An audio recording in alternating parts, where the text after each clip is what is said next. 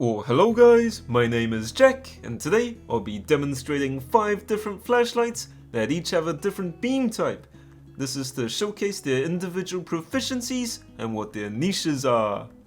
They are all really good at what they do, but their professions are quite different. Now there are many different types and ways of categorizing flashlights, so this is just my quick take on it, eh?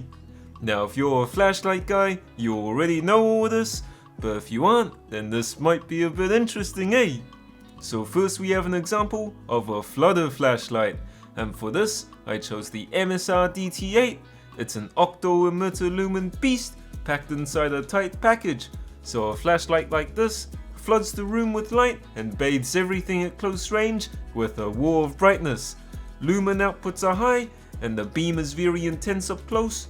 On max brightness, which is turbo mode, lights like these can get hot real quick and will step down shortly to stop you from burning your hand. Next up, we have a thrower flashlight, and for this category, my assistant will be the Workhorse TS11. Now thrower flashlights are the opposite of flood flashlights and aim to throw a concentrated beam at a distance while still having a bit of spill to see the surrounding area. As you can see, we're getting a very prominent and noticeable hotspot, and it's very effective at pointing out targets at range. Lumen numbers are usually lower than flutters, but for these kind of lights, candela is more important, which indicates luminous intensity, since the hotspot is the key part here. For our third demonstration, we have a mix of the last two. Some people might call this a hybrid flashlight, eh? With us today, we have the Phoenix C7, which showcases a noticeable hotspot as well as ample flood intensity. A flashlight like this is a nice in-between of both flutters and throwers, possessing both a decent lumen output as well as a respectable candela output with the intensity of the hotspot, eh? It does both the jobs of a flutter and a thrower, but isn't exactly the best at either role, eh? Kind of like a jack of all trades.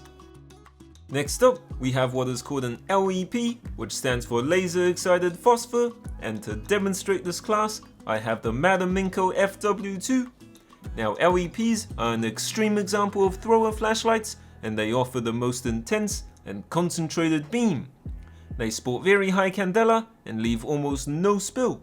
What you get is an ultra concentrated beam that a lot of people call a white laser, sporting a super bright hotspot, eh? The downside is that it's not very practical, and they're usually pretty expensive, eh? On the opposite extreme again, mules offer a highly diffuse flashlight experience, with its sole purpose being pure flood. I don't actually have a mule with me, but I have a similar light with an LED array that serves the same purpose. The side light of the softened IF23.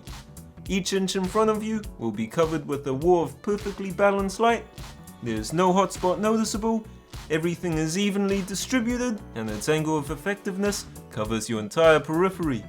The downside, it has super short range, eh? Like super short, which really relegates its use to room or photography lighting. Oh well, that's all I have for today. I hope you enjoyed this quick little video and that you learned something, eh? My name has been Jack, and I'll see you guys in the next one!